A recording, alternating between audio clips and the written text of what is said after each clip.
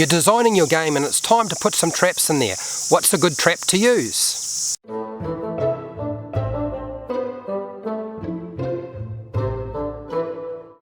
Hi, welcome to How to D&D. My name is Fred Wheeler and today I want to talk about Dungeons & Dragons.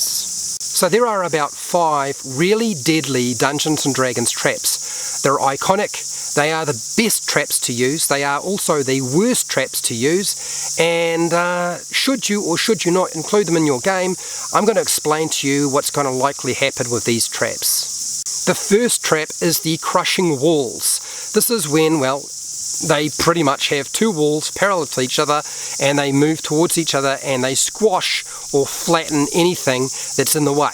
And sometimes you'll have spikes protruding from the wall.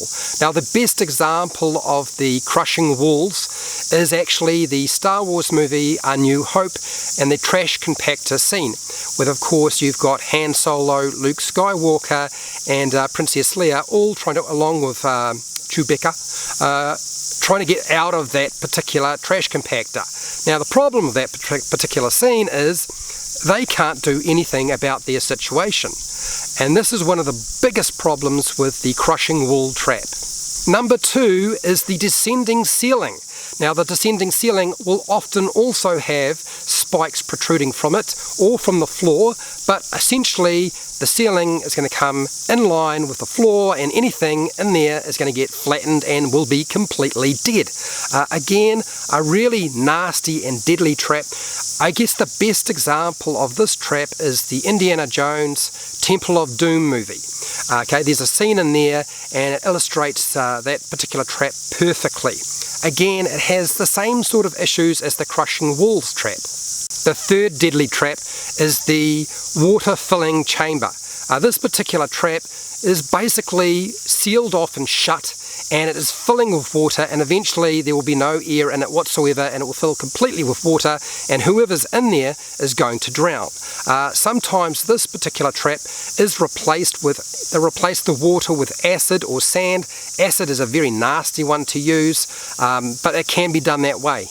I guess the best example that I can think of the water filling chamber trap is actually the movie The Mummy Returns. That's actually got a pretty nasty trap in it and it's exactly like this. Now in all 3 cases these traps are designed to capture and kill a group of individuals, and the worst thing about these traps is the release mechanism that allows them to escape is actually outside of the trap room. Somebody has to be outside of the trap room to release them.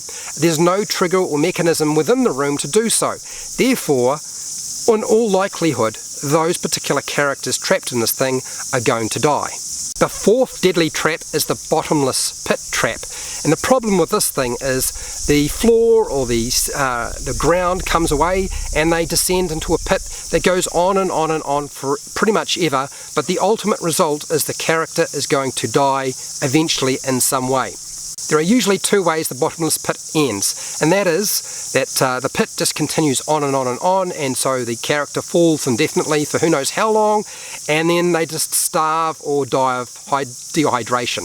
A pretty horrible and gruesome death. The second option for the bottomless pit is, in fact, it's not bottomless, there is in fact a bottom to it, it's just a long way away, and of course they reach that critical point where they're going to take so much damage and when they land it's completely fatal and the character perishes from the fall.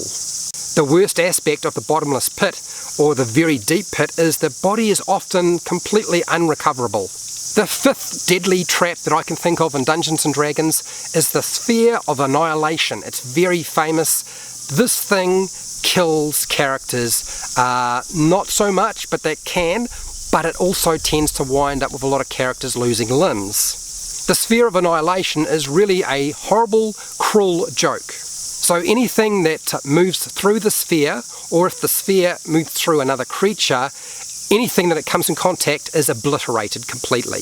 The Demon's Mouth in the Tomb of Horrors is a pretty good example of a trap where characters have lost heads and arms and hands and so forth, and it's very iconic, but it's a horrible trap. Now there's many problems with all of these traps, and I want to go over them with you pretty briefly so you've got a good idea about whether you really want to use these in your game. The first problem is these traps are iconic for Dungeons and Dragons, so dungeon masters are going to want to use them. There's a big problem right there. Number 2 is these traps are the best traps out there.